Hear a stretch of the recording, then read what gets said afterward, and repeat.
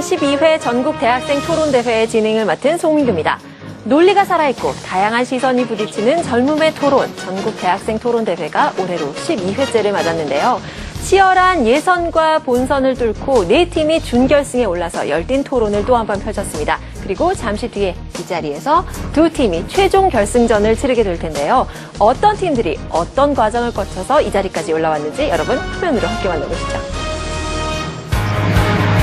대학생 토론대회 예선전이 열리던 날. 전국 각지에서 지성과 젊음, 열정과 패기로 똘똘 뭉친 참가자들이 한자리에 모였다. 이 토론대회가 전국적으로 유명한 대회고 많은 학생들이 되게 우승하고 싶어하는 대회라고 되게 소문이 자자해서 대학생 토론고수를 가려내기 위한 긴 여정을 준비하는 참가자들. 저마다 목표도 남다르다. 하나, 둘, 셋. 저희 7팀이 지금 참여해가지고 총 14명이 나왔어요. 네, 저희가 이번에 4강전에서 방송을 하게 되는데 거기 이제 4팀이 저희 동아리가 모두 다 나와서 저희가 1등부터 4등까지 석권하는 것을 목표로 하고 있습니다. 116개 팀, 참가 인원수만도 무려 232명. 드디어 32강 예선전의 대진표가 발표됐다. 16강까지 주장 파이팅! 파이팅! 파이팅! 파이팅! 파이팅! 그럼 지금부터 징벌적 손해배상 제도를 도입해야 한다라는 문제로 토론을 시작하도록 하겠습니다. 저희는 다음과 같은 이유에서 4개 팀이 한 조가 되어서 풀리그 방식으로 진행되는 예선전. 주어진 주제를 놓고 펼쳐지는 뜨거운 찬반 논쟁. 불꽃 튀는 공방이 계속됐다. 그동안 대학생 토론대회가 대학생들한테 인지도도 많이 높아졌고 대학생들이 학내 토론 동아리 등을 통해서 그 꾸준한 연습을 통해서 실력을 연마하고 저희 대학생 토론대회에 참여하는 걸로 알고 있습니다. 앞으로도 여러분들이 대학생 토론대회에 지속적으로 참여하시고 또 이 토론대회가 우리 사회의 토론 문화를 확산시키는 계기가 되었으면 합니다. 우승을 향한 열정으로 한시도 긴장의 끈을 놓지 못하는 참가자들. 마지막 순간까지 점검에 또 점검. 이제 결전의 순간만이 남았다. 한 만큼 나오는 거니까 최선을 다하겠습니다. 화이팅! 어제 밤새했거든요. 밤새만큼 좋은 결과 있었으면 좋겠습니다. 116팀이 31개의 조로 나뉘어 진행된 예선전. 본격적인 토론 배틀을 거쳐 64강 진출팀이 확정됐다. 희비가 엇갈리는 순간 기쁨은 감출 길이 없다. 저희 됐어요. 제가 역시 상상도 못했어요. 착하고 볼일이야. 네, 저는 진짜 본선에 진출할 줄은 몰랐는데요. 정말 열심히 한번 해보겠습니다. 다음 날 전국 대학생 토론대회 본선이 시작됐다. 물론 개인의 어느 정도의 그런 걸 추구하는 것은 예선을 거쳐 64강에 오른 본선 진출자들. 준비한 비장의 전략들을 쏟아내며 한치의 양보도 없는 명승부가 계속됐다. 그 치열한 두뇌 싸움 속에 심사위원들의 눈빛도 점점 더 매서워졌다. 본선에서는 학생들의 기본적인 토론 자세 외에도 대안을 제시한다든가 상대방의 허점, 논리적 오류에 대해서 반박을 하는 그런 좀 더 날카로운 그런 의견을 제시하는 부분에 대해서 한층 업그레이드된 치밀한 논리와 순발력. 촌철살인으로 상대의 빈틈을 공략하며 불꽃 설전을 이어갔다. 그거를 제한 조치, 지지자냐 아니냐는 질문을 통해서 거를 수 있다고 말씀해 주셨는데요. 준비한 비장의 전략들을 쏟아내며 한치의 양보도 없는 명승부를 이어가는 참가자들.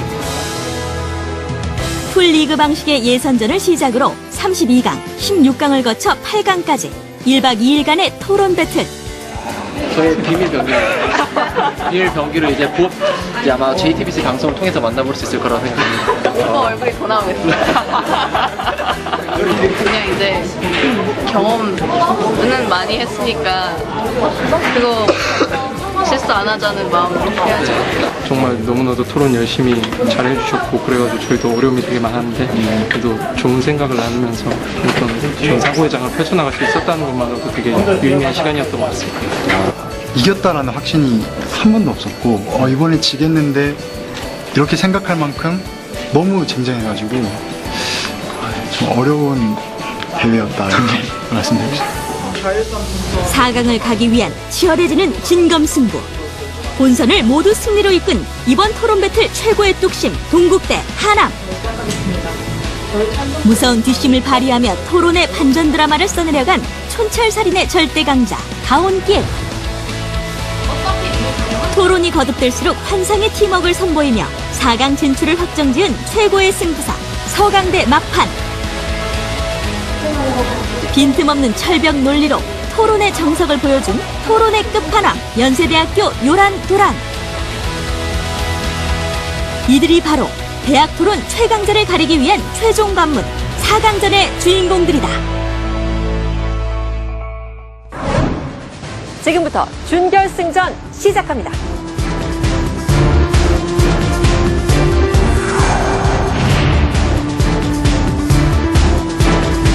한국의 소비자가 피해를 입고 있고 원칙 하에 있었기 때문에 결국 징벌적 손배제가 필요하다라는 말씀을 드린 겁니다. 이것이 지나치게 과도한 규제라고 생각은 하시지 않으시는지. 한국의 현실에 맞는 도입입니다. 한국의 실정에 맞는 도입이고요. 저희가 이런 것을 탓하기 이전에 과연 공정위에게 제대로 된 기회를 부여를 했는가.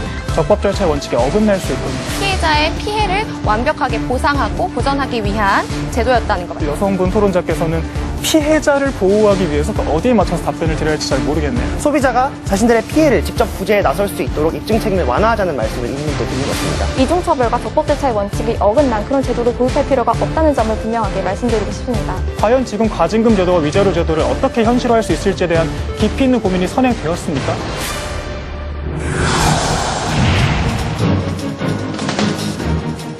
살인 가습기 살균제를 우리나라에서만 팔았습니다.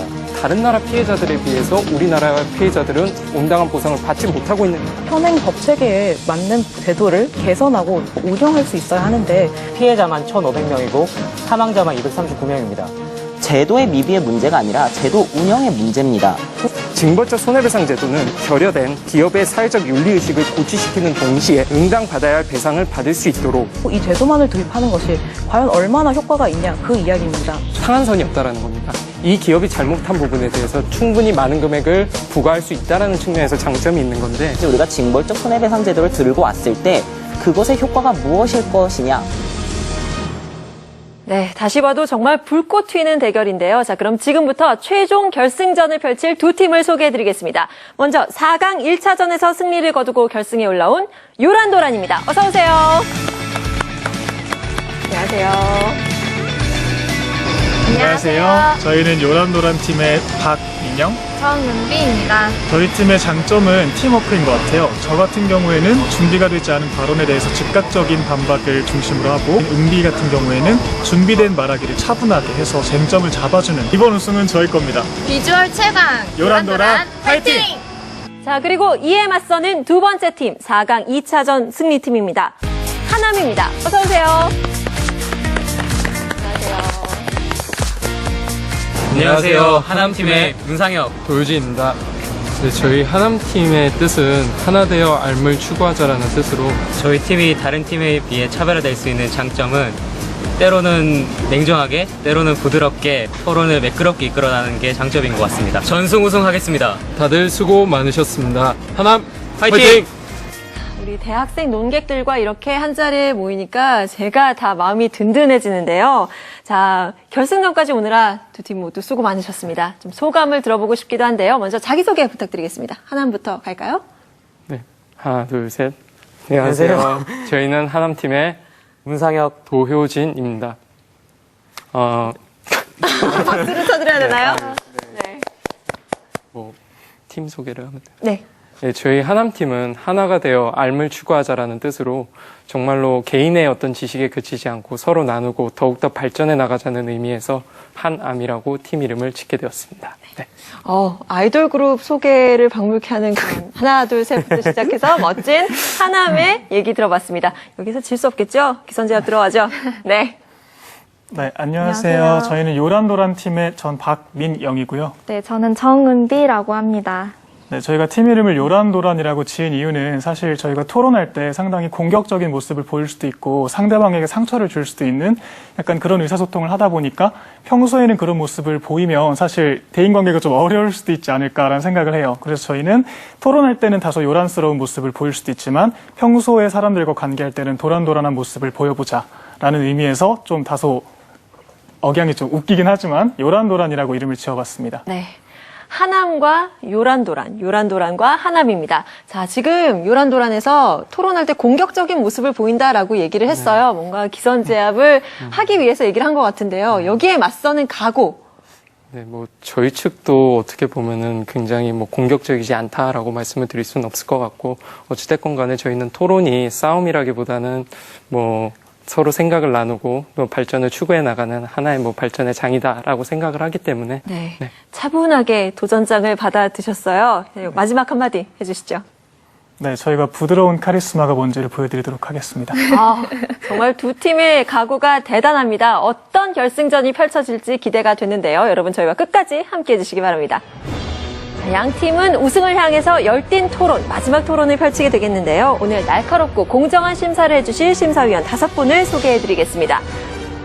한국정치커뮤니케이션 학회 회장 이효성, 중앙선거방송토론위원회 상임위원 추형관, 건국대 법학전문대학원 겸임교수 변호사 허익범, JTBC 보도제작국장 신예리, 방송인 다니엘 린데만. 네, 결승전 토론의 승패는 심사위원장 5분의 평가를 토대로 결정하게 됩니다. 자, 그럼 토론의 진행 방식과 규칙을 설명해 드립니다. 결승전 토론 진행 방식. 결승 시간은 총 30분으로 양 팀은 90초씩 찬반 기조 연설을 한다. 자유토론은 각 12분씩 24분간 진행하고 토론을 마치면 90초씩 마지막 주장을 펼친다. 네, 오늘 토론의 주제. 여론조사를 통한 공직선거 후보자의 공천을 배제해야 하나입니다. 지난 4.13 총선을 앞두고 국회의원 선거 후보자의 공천 과정에 여론조사가 자주 활용이 됐는데요. 논란이 끊이지 않았습니다. 전략공천을 배제한 여론조사가 비교적 공정한 후보를 선출할 수 있는 방법이다라는 옹호론과 조사 방법에도 잡음이 많고 정당 정치에 맞지 않는다는 반대 여론이 팽팽하게 맞섰는데요. 자, 과연 여론조사를 통한 공직선거 후보자의 공천을 배제하는 것이 옳은지 찬성 측에서는 공직선거 후보자의 후보 공천을 배제해야 한다는 입장, 그리고 반대쪽에서는 배제해서는 안 된다는 입장에서 본격적인 토론을 시작하겠습니다. 기조연설 양측에 1분 30초 시간 드리겠습니다. 먼저 찬성팀의 기조연설부터 들어보겠습니다. 네, 찬성 측 기조연설 시작하겠습니다. 정당이 민의를 수렴하는 방법 중 하나로 논의되고 있는 여론조사. 그러나 우리나라 이외에 여론조사가 참고하고 예측한 수치가 아니라 판단하고 결정하는 수치로 활용되는 국가는 없습니다. 여론조사는 중요한 정치적 의사결정에 쓰일 수 없다고 생각합니다. 이유는 3가지입니다. 첫째, 여론조사는 투표와 근본적으로 다릅니다. 투표는 자발적인 반면 여론조사는 수동적이고 응답률도 현저히 낮습니다. 이는 후보의 정치적 대표성의 결여로 이어지며 대의민주주의 속 유효한 정치적 의사결정에 반하는 현상입니다. 둘째, 여론조사의 기술적, 통계적 오류에 의해 민심을 왜곡할 가능성이 상당히 높습니다. 여론조사의 특성상 낮은 응답률과 조작 가능성도 간과할 수 없습니다. 셋째, 당원들의 정치적 소외를 야기할 수 있습니다. 정당 내 당원이 소외되면 당의 이념과 정책이 약해지고 정치적 책임을 묻기 쉽지 않습니다. 이처럼 여론조사는 전반적인 정당 정치 발전에 악영향을 끼칠 수 있습니다. 진정한 민의를 반영할 수 있는 노력을 배제한 채 여론조사란 쉽고 편한 길로 가려는 게 아닌가. 저희는 이러한 이유를 바탕으로 여론조사를 활용한 공직선거 후보자 선출을 배제해야 된다고 주장하는 바입니다. 네, 찬성팀의 기조연설 들어봤습니다. 이어서 반대측의 기조연설 들어보겠습니다. 역시 시간은 1분 30초입니다. 네, 시작하겠습니다. 전략공천의 폐해를 시정하기 위해 공천권을 국민이 나눠 갖기 시작한 지 어느덧 15년이 되었습니다. 그동안 정당들은 선거인단 투표와 여론조사를 병행을 해왔는데요. 저희는 여론조사가 병행될 수밖에 없는 데에는 다음에 2가지 이유가 있다고 생각을 합니다. 첫째, 여론조사는 선거인단 투표의 단점을 보완할 수가 있습니다. 선거인단 투표는 자발적인 참여를 전제로 하고 동시에 접근성이 떨어지는 그런 특성 때문에 동원 문제가 빈번하게 발생을 합니다. 그리고 특정 계층의 의사가 과잉대표되는 문제도 있고요. 여론조사는 국민 참여를 증대시킨과 동시에 그 특징인 무작위성 그리고 기술적인 보정을 통해 이러한 단점들을 효과적으로 보완할 수 있다라고 생각합니다. 둘째, 여론조사는 민의 수렴을 위해 현실적으로 가장 유용한 수단입니다. 정당의 입장에서는 대선, 총선, 지방선, 그리고 시의회 선거 등 무수히 많은 공직선거에 후보자를 공천을 해야 합니다. 선거인단 투표만으로 민의를 반영하기란 너무나 어려운 일이고요. 또한 국민의 입장에서도 모든 그런 경선마다 현장 투표에 참여를 할 수도 없습니다. 네, 저희는 여론조사의 문제점으로 지적되는 것들은 개선이 가능하다는 점, 그리고 경선 여론조사는 단순 선호를 묻는 일반 여론조사와 본질적으로 다르다는 점을 본 토론 때 보다 자세히 말씀드리겠습니다. 경청해 주셔서 감사합니다. 이번에는 여론조사를 통한 공직선거 후보자의 공천을 배제하면 안 된다는 입장에 반대죠. 요란도란 팀부터 시작하겠습니다. 네, 찬성 측 기조연설 잘 들었습니다. 네, 그럼 저희는 첫 번째로 질문드리고 싶은 거는 찬성 측에서는 국민이 참여하는 그런 선거인단 투표에 대해서 찬성하시는 입장이신지 아니면 반대를 하시는 입장이신지 그거를 좀 확인하고자 합니다. 국민이 투표하는 경선을 말씀하신 건가요? 네, 그렇습니다. 저희는 여론조사를 배제한 어떤 유권자의 참여, 혹은 당원들의 참여도 가능하다는 입장입니다. 네, 그럼 저희는 모순을 한 가지 짚어드리고 싶은데요. 세 번째 근거에서 당원들의 소외, 정치적 소외를 말씀을 하셨는데 사실 국민 경선 같은 경우에도 국민들에게 경선권을 돌려주는 것이기 때문에 마찬가지의 문제점이 발생을 하거든요. 그렇다면 여론조사만 배제해야 되고 여론조사만 당원들을 소외시키고 국민 경선은 당원들을 소외시키지 않는다라고 말씀하시는 그 이유가 무엇일까요? 아까 말씀하신 부분 저희 측의 입장을 다시 한번 재확인시켜드리면 여론조사를 공직선거 후보자 선출에 배제해야 된다고 주장하는 이유는 여론조사 자체가 참고하고 예측한 수치로 쓰여야지 판단하고 결정한 수치로 쓰여져서는 안 된다는 것입니다. 왜냐하면 여론조사의 대표성 문제가 있습니다. 예컨대 여론조사는 낮은 응답률이 굉장히 문제로 지적되고 있습니다. 2014년 지방선거 여론조사 결과 816건을 분석해보면 응답률 10% 미만이 전체 과반을 넘고 응답률 3% 미만도 73건이나 달했습니다. 이러한 정도의 낮은 응답률로 과연 민의를 대변할 수 있냐 저희는 문제를 제기하고 싶고요. 또 하나는 여론조사의 조작 가능성도 간과할 수 없습니다. 예컨대 JTBC 이규현의 스포트라이트 방송을 보면 여론조사 업체가 어떤 후보자에게 찾아가서 지지율을 30%까지 올려주겠다 이런 말을 합니다. 낮은 응답률과 조작 가능성이 상존하는 이 상황에서 여론조사를 과연 중요한 결정자로 쓰일 수 있을까? 저희는 의문을 제기하고 싶습니다. 네, 그리고 저희 측에서 좀 첨언을 드리고 싶은 부분이 저희 측에서 이제 주장하고 있는 기본적인 논조는 여론조사 공천이 장기적으로 당원들을 소외시킨다. 여기에 분명히 있습니다. 그리고 이로 인해서 정당 정치가 약화될 수 있다는 점 간과할 수 없습니다. 그리고 정당들의 어떤 민의에 대한 반응성이 떨어져 여론조사라는 대안을 택한다는 것은 합리적이지 못하다는 주장을 하고 싶습니다. 합리적이지 않은 이유에는 저희가 크게 두 가지를 들고 싶은데 사실상 이렇게 불특정 다수의 여론을 조사하는 것 이외에도 충분히 유권자의 민심을 반영한 정책을 제시할 수 있습니다. 그에 대한 대안으로 저희는 크라우드 소싱 운영 전략을 주장하고 싶습니다. 예컨대 지금 현존하는 이제 정당 중에서 국민의당이 크라우드 소싱 정당이라고 불리고 있죠. 당적 차원에서 이루어지는 정책 개발 및 회의 전반에 대중들의 의견을 반영할 수 있는 방법입니다. 당에 대한 이해도 수반을 바탕으로 선거와 투표에 국민들이 임하게 된다면 무작위 선별의 여론조사보다 더 신뢰성이 있는 자료가 나올 것이라고 생각하는데 이러한 대안에 대해서는 혹시 어떻게 생각하시는지 반대 측의 의견 여쭙고 싶습니다. 네, 제가 먼저 답변을 드리도록 하겠습니다. 우선 당원들의 정치적 소외가 국민 경선도 마찬가지로 발생한다고 저희가 말씀을 드렸는데 이에 대한 답변은 듣지 못했고요. 또한 계속해서 사전 여론조사의 문제점을 말씀하고 계신데 저희는 자료의 정합성이 잘못됐다라고 말씀을 드리고 싶습니다. 사전 여론조사 같은 경우에는 무작위로 난립하는 여론조사 기관들이 참여하기 때문에 말씀하신 문제점이 발생하는 것이 맞죠. 하지만 경선 여론조사의 경우에는 정당들이 엄선한 기관들의 한정에서 여론조사가 진행되기 때문에 상기 문제들이 반영되지 않는다는 점 말씀을 드리고요. 또한 찬성 측의 모순을 한 가지 짚어드리고 싶은데요.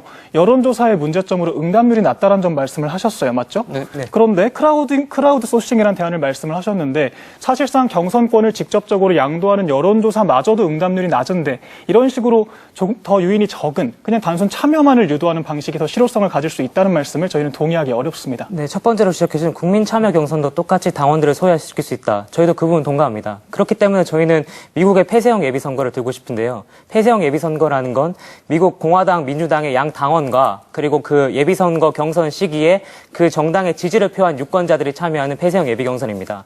미국 정치 전문가들은 이 폐쇄형 예비경선이 여론조사를 포함한 개방형 예비선거 이런 것보다 훨씬 더 합리적이라고 말을 하고 있고요. 네, 그리고 기본적으로 저희가 반대 측한테 여쭙고 싶은 게 정당 제1조 그 명시된 정당의 역할에 대해서 혹시 알고 계신지 여쭤보고 싶습니다. 말씀해 주시겠습니까? 정당은 국민의 이익을 위해서 책임 있는 정치적 주장이나 정책을 추진하고 공직선거의 후보자를 추천 및 지시하는 것이라고 나와 있습니다. 저희는 여기서 방점을 찍고 싶은 부분이 하나 있는데 바로 책임 있는이라는 부분입니다. 유효한 정치적 의사결정에 있어서 책임감의 수반은 필수 담보였습니다. 하지만 여론조사가 과연 이를 충족하고 있는가? 저희는 이에 대한 반문을 제기하고 싶은 겁니다. 어떻게 생각하시나요? 네, 제가 먼저 이제 하나씩 답변을 드리자면요.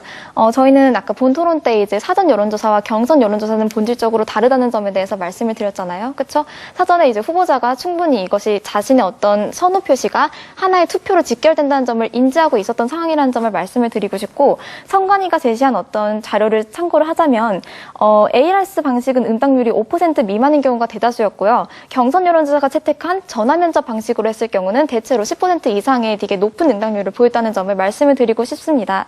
그리고 한 가지만 더 말씀을 드리자면 방금 이제 폐쇄형 예비선거도 괜찮다고 말씀을 하신 거죠. 근데 앞서서는 이제 선거인단 투표 자체를 이제 배제를 해야 된다라는 식으로 말씀을 하셨는데 갑자기 이제 또 폐쇄형 예비선거는 가능을 하다고 말씀을 하시니까 저는 그 부분에 대해서 살짝 의문이 들었고요. 네. 네, 한 가지만 더 덧붙이자면 정당의 역할과 책임을 강조하셨습니다. 하지만 정당의 역할과 책임 저희도 중요하다고 생각을 하고요. 그렇기 때문에 여론조사만 하자고 저희 말씀드리는 것이 아니라 당심과 민심의 조화, 즉 전략공천, 여론조사 공천, 국민참여 공천, 그다음에 당원 참여 공천이 혼합적으로 조화롭게 이용될 수 있어야 한다라고 말씀을 드리는 것이고, 여기서 또 하나 찬성 측의 모순적인 발언을 짚어드리고 싶은데요. 계속해서 정당의 책임을 말씀을 하고 계신데 국민 경선은 또 괜찮다라고 말씀을 하시고 여론조사만 안 된다고 말씀을 하고 계세요. 국민 경선도 마찬가지로 경선권을 아예 국민들에게 돌려주는 것이기 때문에 정당은 책임을 지지 않거든요. 그렇다면 이것도 역시 반대하셔야 일관성 있는 거 아닐까요? 네, 국민들께 공천권을 돌려야 된다면 저희도 동감합니다. 그렇기 때문에 저희도 국민참여 경선 그리고 그 대안으로서 미국의 폐쇄형 예비 경선을 대안으로 제시했던 거고요. 다만 여론조사가 과연 얼마나 공정한가, 정확한가 이 부분에서 저희는 판단하고 결정한 수치로 쓰여서는 안 된다는 것입니다. 예컨대 2010년 제5회 지방선거 오세훈 시장과 한명수 총리 그 투표 당시에 여론조사 기관들은 오세훈 시장이 민주당 후보인 한명수 전 총리를 15% 앞선 것으로 다수가 예측했습니다. 그런데 본투표에 가보니 실제 결과는 0.6%밖에 차이가 나지 않습니다. 저는 반대 측에 질문을 드리고 싶은 게 여론조사와 투표가 근본적으로 같다고 생각하십니까? 아니요, 다르다고 생각합니다. 네, 여론조사 근본적으로 투표가 다르다면 저희가 제기한 국민참여 경선 그리고 그 대안에서 폐쇄형 예비 경선은 여론조사를 배제한 국민참여 경선이기 때문에 유권자의 민의를 보다 정확하게 반영하면서 당원을 소외시키지 않는 장점이 있습니다. 네, 그리고 기본적으로 지금 국내에 어떻게 보면은 정치 사례에 국한돼서 이게 해석이 될 수 있는 우려가 있기 때문에 저희가 해외 측의 사례도 준비를 해봤습니다. 저희 측에서 기본적으로 주장하고 있는 이 여론조사는 실제 투표와 다르다는 측면에 있어서 1992년과 2015년에 이루어졌던 영국 총선의 사례를 좀 말씀드리고자 합니다. 1992년에는 여론조사 기관이 예상하기를 대다수가 보수당을 누르고 노동당이 압승할 것이라고 예상을 했지만 실제 투표에서는 보수당이 과반 의석을 차지했었고요. 마찬가지로 2015년에도 여론조사 기관에서는 보수당과 노동당이 막상막하일 것으로 예상을 했지만 실제 투표는 보수당이 과반 의석을 차지했습니다. 과연 이러한 사례들이 계속해서 누진적으로 쌓였을 때 여론조사가 투표를 담보할 수 있는 하나의 요소로서 작용할 수 있는지에 대한 저희 찬성 측에서는 의문을 제기하고 싶은 겁니다. 네. 말씀 잘 들었습니다. 네, 그렇다면 제가 먼저 답변을 드리겠습니다. 먼저 이제 찬성 측께서는 지금 개방화의 취지에 대해서는 적극적으로 동의를 하고 계신 것으로 보입니다. 네. 그러면서 이제 말씀을 해주셨던 거는 그렇기 때문에 이제 폐쇄형 예방선거를 할 수 있다 이렇게 말씀을 해주셨는데 사실 여론조사가 왜 등장을 했을까요? 바로 예비 선거를 했을 경우에 동원 문제가 심각하게 발생을 했기 때문에 그에 대한 해결 방안으로 여론조사가 등장을 했던 것입니다. 저희가 지금까지 예비 선거를 하면서 정당이 이런 예비 선거만으로 어떤 후보자를 공천한 경우는 거의 없습니다. 여론조사든 모바일 투표든 이런 식의 병행을 했는데 그 이유는 조직동원 문제 때문이었다는 것을 말씀을 드리고 싶습니다. 2012년 민주당 선거 당시 박지원 의원 같은 경우는 전남도 의원 4명에게 5,000명을 그리고 목포시 의원 17명에게 3,000명을 각각 할당하는 이런 사례가 실제로 발생을 했습니다. 따라서 저희는 찬성측께서 이런 동원 문제를 해결할 수 있는 마땅한 대안을 제시하지 않으시고 여론조사를 배제한다고 주장하신다면은 그거는 사실 책임이 약간 떨어지는 주장이 아닐까라고 생각합니다. 덧붙여서 말씀을 드리고 싶은데요. 저희는 바로 오히려 무작위성이 장점으로 작용할 수 있다는 점을 말씀드리는 것입니다. 동원 경선이란 결국은 자발성에 기인해서 발생을 하는 것이겠죠. 실제로 20대 총선에서 새누리당이 원래는 일반 국민 70%, 책임당원 30%를 반영해서 이제 국민 참여 경선을 진행하겠다라고 그러니까 선거인단 투표 당원까지 참여를 하니까요. 투표를 하겠다고 하였는데 일반 국민 100%를 참여할 수 있도록 예외 조항을 두었거든요. 그 이유가 무엇이라고 생각을 하시나요? 말씀해 주시죠. 네. 왜냐하면 여론조사를 이제 당원들에게 여론조사를 해야 되는데 그것을 취합하는 과정에서 대다수가 동원된 당원들로 발견됐기 때문입니다. 진성당원에서 대전 같은 경우에는요. 한 그 집 주소에 40여 명의 진성당원이 살고 있는 것으로 밝혀졌고요. 그다음에 서울에 거주지가 있는 100여 명의 진성당원들이 대전에 있는 것으로 파악되는 등 상당한 문제점이 노출됐죠. 유령당원들이 발생하는 것도 이제 일이 여러 가지로 발생을 했고요. 그렇기 때문에 이제 여론조사로 보완을 하는 것인데 배제하자고 말씀하시면 대안은 무엇일까요? 네, 그러면은 저희 측에서 한번 역으로 한번 저희가 말씀을 드려볼까 합니다. 여론조사라는 게 굉장히 합리적인 대안인 것처럼 말씀을 해주셨는데 저희 측에서는 여론조사의 기본적인 기술적인 문제 그리고 사회적인 문제를 짚고 넘어가고 싶습니다. 기술적인 문제에 있어서는 기본적으로 표본 오차의 문제가 있죠. 뭐 예를 들어서 거짓 응답 아니면 차별적 투표에 참여를 했다든지 이러한 차원에서의 표본 오차 문제를 해결하지 않고 넘어가서는 여론조사가 과연 신뢰성 있는 자료로서 하나의 정치적 요소로서 쓰일 수 있는지가 의문이고 그리고 비표본 오차 같은 경우에도 굉장히 큰 문제로 대두되고 있습니다. 설문지 문항 그리고 조사자의 태도, 응답자의 응답 방식 여러 가지 차원에 있어서 과연 여론조사가 합당한 결과를 끌어내기에 적합한 요소인지에 대한 의문점이 제기되고 있는데 이러한 부분이 근원적인 한계라고 생각합니다. 첨언을 드리자면 아까 동원선거 문제를 지적해 주셨는데 저는 이 부분에서 여론조사도 크게 다르지 않다고 생각합니다. 왜냐하면 여론조사도 착신 전환 그리고 동원 명부 등의 사용 등에 의해서 현행 여론조사 방식에서도 항상 동원선거의 문제가 지속적으로 제기되어 왔습니다. 저는 반대 측의 의문을 제기하고 싶은 게 정당이 당원을 중심으로 운영돼야 된다는 기본적 전제에 대해서 동의를 하시나요? 네, 그런데 찬성 측께서 국민참여 경선을 말씀하시니까 저희가 모순이라고 말씀드립니다. 근데 그 국민참여 경선에는 비율이 여러 가지입니다. 예컨대 당원 경선의 비율을 훨씬 더 높일 수도 있고 일반 유권자의 비율을 거기에 더한 것도 국민참여 경선의 하나의 일환으로 제기가 되고 있고요. 국민참여 경선이라는 게 일반 유권자의 의견을 100% 반영한다는 게 아니라 당원과 일반 유권자의 비율을 적절히 섞어서 많은 민심을 대변하기 위해서 국민참여 경선을 저희가 주장한 것이지 일반 유권자의 민의를 100% 반영하겠다. 이 부분은 저희가 사실관계를 짚고 넘어가겠습니다. 그리고 첨언을 계속 쓰고 계셔서 저희가 답변을 드리자면요. 저희는 그 비율을 여론조사는 조정을 못하는지 의문입니다. 국민참여 경선은 비율을 조정할 수 있고 여론조사는 조정할 수 없기 때문에 문제인가요? 저희가 계속해서 주장하는 것은 국민참여 경선에 동원 경선 문제가 발생한다는 점 동의하셨어요. 그런데 동원 경선 문제가 유사하게 발생하기 때문에 여론조사만 배제해야 한다는 주장은 결과적으로 같은 문제를 공유하고 있는데 하나만 배제하자라고 말씀을 하시는 거거든요. 그래서 저희가 주장하는 것은 한 가지가 문제가 있으니까 배제하지 말아야 하자 이런 주장을 하자는 것이 아니라 여러 가지 경선 제도들이 각자의 문제점을 안고 있기 때문에 장단점을 안고 있기 때문에 이와 같은 문제들이 상호 보완적으로 작용해서 가능한 공정한 결과를 이끌어낼 수 있도록 정당에게 가능한 많은 도구를 제공해 줘야 한다라는 것입니다. 네. 저희 첨언을 첨언을 드리자면 저희는 여론조사의 어떤 기술적인 문제점도 있지만 기술적인 문제점 외에 아주 기술적인 장점도 있다라고 말씀을 드리고 싶습니다. 일단 연령별 대표성 보완이 가능한데요. 여론조사의 경우는 어떤 특정 연령의 할당제를 채울 때까지 반복적으로 전화를 걸 수 있습니다. 즉 여론조사를 통해 충분히 어떤 선거인단 투표에서는 단순히 이제 좀 선거인단 투표에서 편향이 가능한 그런 세대별 투표 편차의 그런 문제를 해결할 수 있을 거라고 보고요. 그 다음에 대선의 경우 지역별 편차를 시정하는 기능 또한 있습니다. 17대 대선의 경우 호남 유권자의 비율이 전국 시도 중 10.7%인데 실제 선거인단 투표에서는 몇 %나 차지했을까요? 무려 40%나 차지했었습니다.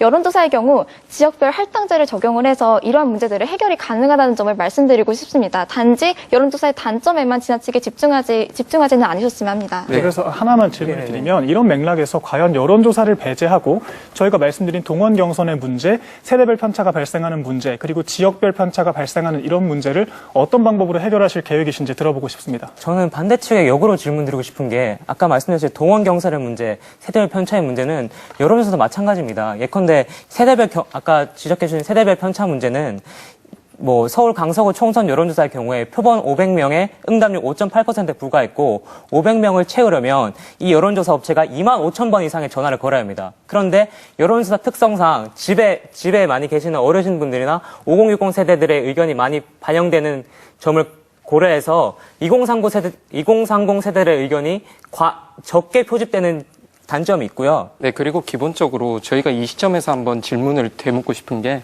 정당이 무엇이고 공천이 무엇인지에 대해서 저희는 명확하게 짚고 넘어갈 필요가 있다고 생각합니다. 정당은 민의를 대변하고자 어떤 이념과 정책을 기반으로 모인 정치적 결사체입니다. 공천은 이념과 정체를 달리하는 정당이 소비자인 유권자에게 후보자란 상품을 내놓는 과정이죠. 하지만 우리나라 소비자들 얼마나 깐깐합니까? 제품이 하나만 잘못돼도 리콜 요청을 한다든지 이런 식으로 본인들의 권리를 찾는 문화가 굉장히 발달이 돼 있는데 현대 이런 상황에서 유권자의 폭넓은 민의를 무작위적으로 반영을 한다면 이념과 정체가 매우 희미해질 수밖에 없고 다양한 정당이 자신들만의 고유한 정책과 노선으로 경쟁해서 우리 사회를 역동적으로 발전시킬 수 있다는 정당 민주주의의 가장 고유한 기능이 훼손될 수 있다는 점 말씀드리고 싶습니다. 네, 제가 좀 답변을 드리고 싶은데요. 일단 찬성 측에서 계속해서 모순적인 발언을 하고 계세요. 정당 정치가 중요하다고 말씀하셨는데 저희도 동의합니다. 다만 정당 정치가 중요하지만 지금 계속해서 계파 정치에 의한 이제 국민적인 불신들이 늘어나고 있고 이를 해결하기 위해서 당원들의 참여를 요구했지만 당원들 역시 동원 경선의 문제가 불거졌죠. 그런데 국민 참여 경선을 도입을 했는데 그럼에도 불구하고 여전히 동원 경선 문제가 해결되지 않았습니다. 그래서 이런 문제를 해결하기 위해서 무작위성이라는 이제 국민경선과는 다른 특성을 가진 여론조사를 도입한 것이고 이 방안을 통해서 국민경선과 여론조사는 본질적으로 다르죠. 국민경선은 처음에는 할당량을 채워서 참여인단, 선거인단을 모집할 수 있지만 결국은 참여율이 10%대밖에 안 됐기 때문에 특정 세대가 과대표될 수밖에 없고 아까 저희가 증거를 제시드린 것처럼 특정 지역이 과대표될 수밖에 없습니다. 하지만 여론조사는 아까 25,000번을 반복적으로 하면 어쨌거나 할당치를 채울 수 있다고 말씀을 하셨고요. 저희는 휴대전화 안심번호에 지금 정당들이 도입을 하고 있죠. 휴대전화 안심번호를 통해서 젊은 층에 대한 접근성을 높일 수 있다면 할당치를 충분히 채울 수 있고 그것이 불가능하더라도 가중치를 도입하는 등의 기술적인 보완을 통해서 국민참여 경선보다 훨씬 효과적으로 대표성 있는 민의를 반영할 수 있다는 장점을 말씀드리고 있습니다. 네, 지금 반대 측에서 첨언하시겠어요? 네, 짧게만 첨언을 하자면요.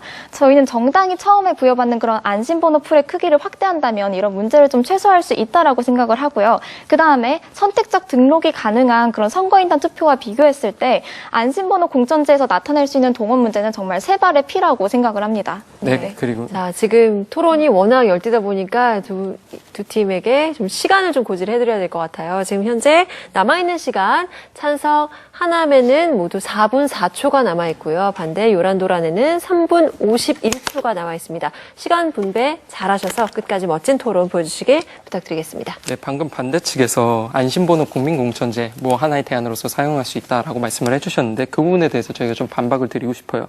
안심번호로 써도 민의가 온전하게 반영될 수 없다라는 점인데요.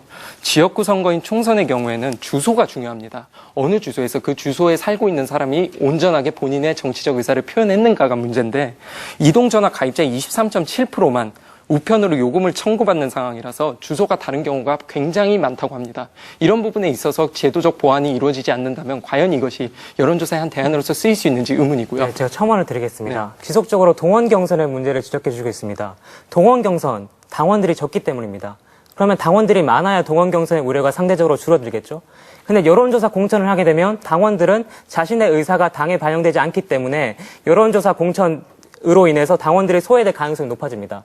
악순환의 반복이라는 것입니다. 그리고 반대 측에서는 저희 측에서 지속적으로 여론조사의 기술적 한계 그리고 근본적 한계를 말씀드렸는데 이 부분에서 어떻게 보완했을지 정확한 답변을 못 받았고요. 그리고 근본적 한계 중에 가장 크게 대두되는 부분이 비편한 오차의 문제입니다. 예컨대 2012년 이명박 박근혜 후보 경선 때 코리아 리서치 여론조사 결과는 13.3%로 차이가 났고 중앙일보 같은 경우에 6.6% 격차 났습니다. 이 이유가 뭐냐면 이명박 후보와 박근혜 후보가 같은 경선을 하면서 다른 질문을 선호했기 때문입니다.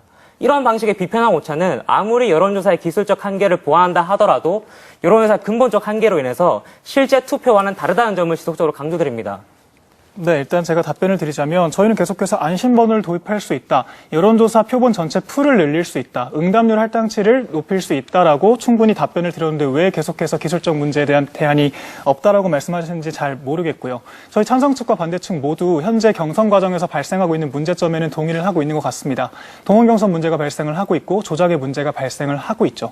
그런데 찬성 측께서는 둘 다 동원의 문제가 발생을 하는데 여론조사만 배제하자라고 말씀을 하고 계시고 저희는 두 가지가 다 발생을 하지만 여론조사는 무작위성과 기술적인 보완 과정을 통해서 보완할 수 있기 때문에 두 가지 중에 한 가지가 배제될 것이 아니라 같이 반영되어야 더 효과적으로 작용할 수 있다는 점을 주장하는 것이 차이라는 점 다시 한번 짚어드리고요. 네.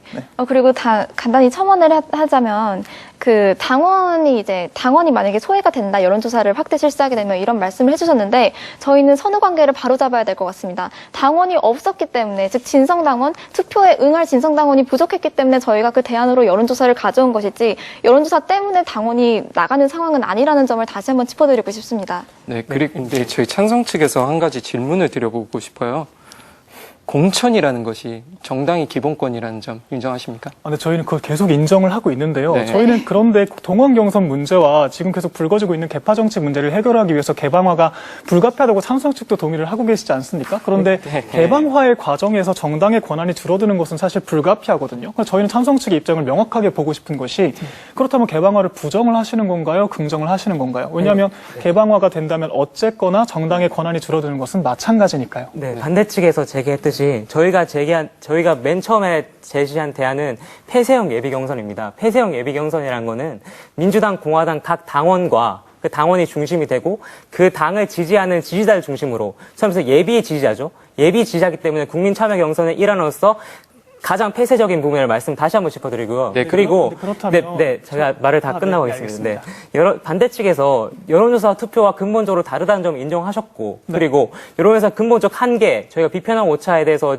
짚어드린 부분에서 반박을 못하시고 계시고, 또 하나는 기술적 한계에 의해서 또 동원 경선 혹은 조작 가능성도 당원 경선 많다. 저희는 그런 부분에서 여론조사 마찬가지다. 하지만 여론조사 투표와 근본적으로 다르기 때문에 여론조사를 배제하고 투표를 많이 할 수 있도록 당원과 그리고 당의 외연을 넓히면서 일반 유권자를 확보할 수 있는 노력을 해야 되지 여론조사는 쉽고 편한 길로 가려는 게 아니라는 점을 계속해서 말씀드리고 있습니다. 그리고 저희 쪽에서 좀 첨언을 드리자면 기본적으로 여론조사를 통해서 국민들에게 공천권을 돌려준다. 이것은 결국 일반 유권자들이 쉽고 간명하게 선택할 수 있도록 최적의 후보를 골라 제시해야 하는 정당의 의무를 저버린 것이라고 저희는 생각하고 있습니다. 정당의 기본권을 불특정 다수인 국민들한테 넘기는 것만큼 무책임한 일도 저희는 없다고 생각하는데 이 부분에 대해서 어떻게 생각하시나요? 네, 제가 먼저 답변을 드리도록 하겠습니다. 비편한 오차에 대해서 먼저 답변을 드릴게요. 네, 여론조사 기관 선정 및 규칙에 대해 저희는 후보자들 간 사전에 충분한 논의 및 합의를 거침으로써 해결을 할 수 있다라고 생각을 하는데 실제로 20대 경선은 그렇게 이루어졌다고 합니다. 복수의 공신력 있는 여론조사 기관에 의뢰했을 때 어떤 결과의 평균치를 도출하는 방식으로 후보자들 간에 이미 합의를 본 사항이고요.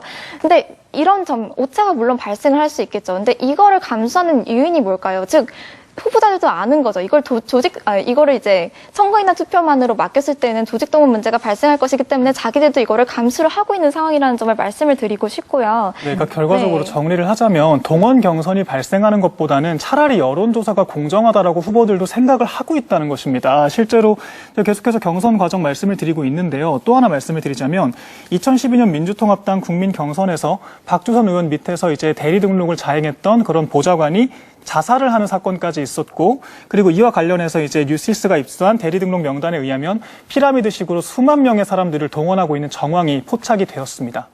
이러한 상황에서 국민들은 국민 참여 경선에 대해서 외면을 할 수밖에 없습니다. 왜냐하면 이렇게 실망스러운 모습만을 보이고 있는데 국민들이 정당을 신뢰할 수 있겠습니까? 저희는 오히려 정당이 그렇기 때문에 국민들의 신뢰를 받지 못하는 지금 기존의 방식들만으로 경선을 진행한다면 오히려 정당의 입지가 좁아질 것이고 이것이야말로 정당 정치에 이제 더 추락을 의미하는 것이 아닌가 의문스럽습니다. 네, 여론조사 공정하다고 말씀해 주셨는데 저희가 지속적으로 여론조사 낮은 응답률, 그리고 여론조사의 조작 가능성, 그리고 여론조사의 불확실성, 실제 투표와 다른 점 이런 거 지속적으로 말씀드렸습니다. 그리고 아까 반대측에서 정당이 당원을 중심으로 운영되어야 한다면 당원들이 정당에 들어가고 당원 이외의 일반 유권자들도 정당의 정책과 이념에 대해서 이대로 갖는 게 저희는 정당 정치, 우리나라의 정당 정치의 선순환 모델이라고 생각합니다. 네, 그리고 기본적으로 현대 대의민주주의에서 정당은 어떠한 효과를 낼 수 있는 최소한의 군집이라고 할 수 있습니다. 하지만 여론조사를 통해서 여러 후보들이 등장을 하고 거기에 있어서 정당의 기치를 같이 공유하지 못하는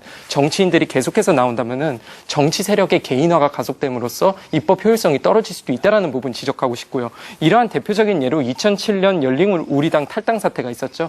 초선 108명의 의원들이 협치를 이뤄내지 못해가지고 결국에는 탈당하는 사태가 있었습니다. 이러한 사태가 과연 우리나라 민주주의 발전에 있어서 긍정적인 효과를 불러올 수 있을 것인지에 대한 의문을 제시하고 싶습니다.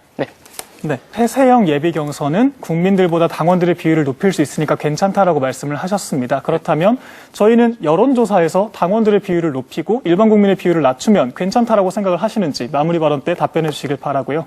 마지막으로 저희의 입장을 판넬을 통해서 정리를 해보겠습니다. 저희는 여론조사가 무조건적으로 바람직하고 좋다라고 말씀드리는 것이 아닙니다. 기술적 문제도 보완할 수 있지만 당연히 한계가 있겠죠. 하지만 어떤 경선 과정도 결코 완벽하지 않습니다. 전략공천도 장단점이 있고 선거인단 투표도 장단점이 있고 여론조사도 장단점이 있습니다. 그렇기 때문에 어떤 것이 더 옳은 방식이고 옳지 않은 방식이다라고 하나를 배제하자라고 말씀하시면서 대안을 제시하지 않는 더 문제를 일으키는 방식이 아니라 이처럼 다양하게 존재하는 방식들이 상호 혼합적으로 상호 보완적으로 작용해서 정당이 보다 공정한 경선, 보다 올바른 결과를 얻어낼 수 있도록 하자는 것이 저희의 입장인 것입니다. 자, 두 팀이 왜 결승전에 올라왔는지 정말 아주 여실히 느낄 수 있는 열띤 토론이었습니다. 두 팀 모두 24분 동안 아주 격렬한 자유토론을 펼쳐주셨는데요. 자, 이제 마지막으로 각 팀의 입장을 정리할 수 있는 마지막 기회를 드리도록 하겠습니다. 1분 30초간 맺은말 시간, 반대팀부터 시작해 주시죠. 네, 반대측 마무리 발언 시작하겠습니다. 저희는 오늘 찬성 측의 모순부터 한 가지 짚어드리고 싶은데요. 찬성 측은 개방화에 대한 명확한 입장을 제시하지 못하셨습니다. 정당 정치의 쇠락을 말씀을 하셨는데 저희는 그것이 지금까지 발생해왔던 우리나라의 고질적인 문제, 개파 정치와 동원 경선 문제를 해결하기 위해서 불가피하다라고 말씀을 드렸고 그 점을 찬성 측께서 동의를 하셨습니다. 그렇다면 개방화의 일환으로서 정당의 권한에 줄어드는 것은 일부 불가피한 것인데 어째서 여론조사만 문제가 되고 국민 경선은 문제가 되지 않는지 저희는 여전히 답변을 듣지 못했습니다. 했고요. 이제 여론조사가 국민참여경선과 다른 점은 직접 참여인가 아닌가라는 점이라고 지적을 해주셨습니다. 하지만 저희는 오히려 자발성이 담보되지 않는 무작위성, 즉 직접 참여가 아닌 방식이 되어야만 동원 경선을 최소화할 수 있다는 점을 말씀을 드리고 싶고요. 이것이 여론조사의 차별화된 장점이고 이와 같은 문제를 대체할 수 있는 대안이 무엇인지 다시 한번 질문 드리고 싶습니다. 우리는 선택의 기로에 서 있다고 생각합니다. 결국은 올바름이란 이름으로 동원돼서 왜곡된 결과를 마치 진짜인 것처럼 수용을 할 것인지 아니면 여론조사란 다양한 방식을 동원을 해서라도 정말 올바른 방식을, 정말 올바른 결과를 얻어내야 할 것인지 두 기로에서 말이죠. 저희는 여기서 가감없이 당연히 올바른 결과를 얻어내는 것이 우리 민주주의의 발전에 보다 보탬이 되는 방식이라고 말씀드릴 수 있을 것 같습니다. 그것이 정당에 대한 우리 국민들의 신뢰를 높이고 장차 정당 정치의 올바른 발현에도 기여할 수 있다라고 믿습니다. 이상으로 반대측의 모든 발언을 마치도록 하겠습니다. 지금까지 경청해 주셔서 감사합니다. 자발적인 참여를 오히려 더 이끌어낼 수 있는 무작위성이라는 강점을 가지고 있기 때문에 또 선거인단 투표의 단점을 보완할 수 있기 때문에 배제해서는 안 된다라는 반대측의 입장을 들어봤습니다. 이번에는 찬성 측에 맺은말 기회를 드리겠습니다. 역시 시간은 1분 30초입니다. 네, 찬성 측 맺은말 시작하도록 하겠습니다. 아까 앞서서 말씀하셨던 개방화의 문제에 대해서 저희가 명확한 답변을 드리지 못하고 있다고 말씀을 하셨는데 그 부분에 대해서는 이미 저희가 폐쇄형 예비 경선이라는 제도를 통해서 국민들이 직접 투표할 수 있는 장을 만들어서 스스로 책임감을 수반할 수 있는 그런 정치 문화를 만들어가는 그러한 방법에 대해서 저희는 말씀을 이미 드린 바가 있고요. 이러한 시점에서 저희는 한번 지난 4월에 시행된 20대 총선 때로 한번 돌아가 보도록 하겠습니다. 여론조사 기간 대다수는 여당인 새누리당의 압승을 예상했습니다. 하지만 개표 결과는 이러한 예상과는 사뭇 달랐죠. 격전지에서는 기존의 예측과는 사뭇 다른 정반대의 결과들이 도출됐고 결국 여소야대라는 판이한 정치 형세를 낳게 이르렀습니다. 결과적으로 여론조사는 고장난 풍향계이자 중구난방 그 자체였다는 것이죠. 다수의 민의를 반영하려는 여론조사가 오히려 일반 국민들의 생각을 왜곡할 수도 있다는 것입니다. 설상가상으로 그 예측이 당선 여부를 뒤바꿀 수 있는 오차 범위를 내포하고 있다면 그 문제는 더욱더 심각해지는 것입니다. 투표와는 달리 여론조사는 자발성과 당과 후보자에 관한 정치적 관심을 수반하지 않기 때문입니다. 마지막으로 여론조사 공천은 정당 정치 발전을 저해할 수 있다는 부분을 지적드리고 싶어요. 인물 중심의 정치는 결국 당선될 수 있는 어떤 지명도라든지 인지도 그 자체만이 정당 내에서 경쟁력으로 평가되는 흐름을 불러올 수 있습니다. 이로 인해 정당의 정책적 기조가 흐려질 수도 있다는 것이죠. 그는 곧 정당의 정치적 책임성이 약화될 수 있다는 약점을 내포하고 있는 것입니다. 따라서 저희는 여론조사를 활용한 공직선거 후보자 선출을 반대합니다. 네. 정당 민주주의를 훼손할 수 있고 민심을 왜곡되게 반영할 수 있기 때문에 배제해야 한다는 찬성 측의 입장까지 모두 들어봤습니다. 자, 이렇게 해서 결승전의 토론 시간이 모두 마무리됐습니다. 심사위원 여러분께서는 심사를 마무리해 주시기 바랍니다. 두 팀 모두 수고하셨습니다. 논리정연한 주장으로 토론의 진수를 보여준 한상의 콤비 요란도란. 반면 해박한 지식으로 결승전의 분위기를 주도한 하나암. 두 팀 가운데 우승의 영광을 차지할 팀은 과연 어디인가? 제12회 전국 대학생 토론대회 이제 대장정이 끝이 났습니다. 결승전만 보더라도 이번 대회가 정말 올 여름을 닮았다라는 생각을 했었는데요. 그만큼 치열하고도 뜨거운 논쟁을 여러분께서 펼쳐주셨습니다. 심사위원 여러분께서는 오늘 결승전을 어떻게 보셨는지 궁금한데요. 먼저 마이크를 다니엘 리네만 씨께 먼저 넘기겠습니다. 네, 안녕하세요. 우선 여기서 심사위원 할 수 있어서 너무 큰 영광이고 너무 정말 감사 말씀 좀 드리고 싶은데요. 저는 비정상회담 녹화하면서 항상 상대방의 말을 잘 경청해준다. 약간 이런 좋은 반탄 많이 받았는데 사실 멍 때릴 때도 이제 되게 많았었거든요. 예, 그만큼 이제 토론할 때 집중력 정말 많이 떨어지고 굉장히 어려운 그런 상태잖아요. 근데 여러분 정말 우리와 다르게 너무나 진짜 끝까지 집중력을 가지고 정말 너무나 멋진 토론 끝까지 해주셔서 너무 보기 좋았습니다. 다만 요란도란 팀의 경우에는 상당히 그 준결승 그때도 봤었지만 좀 공격적인 그런 토론 태도를 보여주고 있는데 그것이 상대팀에 대해서 어떻게 보면은 살짝 예의에 어긋나는 것처럼 보이는 그런 인상도 살짝 받았는데요. 그런 점을 조금 더 보완한다 그러면 좀 더 좋은 토론팀으로서의 면모를 갖출 수 있지 않을까 그렇게 생각해 봤습니다. 양팀 모두 수고하셨습니다. 여러분들 생활 속에서 대학 생활하면서 학생회 선거라든가 어떤 투표하고 할 때 있었던 그런 생활 속의 에피소드 그런 사례를 제시했더라면 좀 더 공감되지 않았을까 하는 생각을 갖게 되었습니다. 어쨌든 제한된 시간 그 포맷 속에서 여러분들 정말 훌륭한 토론을 보여줬다고 생각합니다. 여러분들 나이가 들더라도 이런 순수함 그리고 열정 변치 않기를 바랍니다. 감사합니다. 이렇게 열띤 토론을 펼쳐준 주인공들 덕분에 아마 심사위원들께서는 토론의 즐거움도 느끼셨겠지만 또 한편으로는 이분들 때문에 누구를 대상으로 꼽아줘야 할지 정말 많은 갈등을 하셨을 것 같습니다. 지금 제 손에 오늘 이 결승전의 결과가 있습니다. 과연 명예의 대상을 차지할 팀은 어느 팀일지 지금부터 공개하겠습니다. 요란도란입니다. 축하합니다.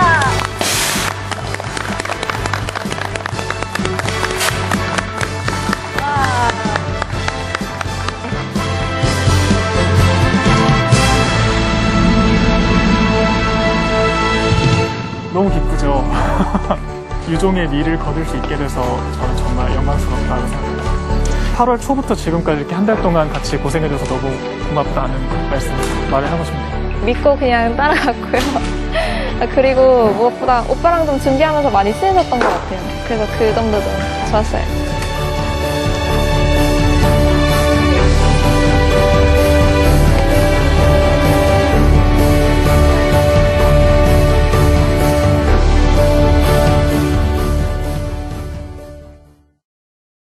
JTBC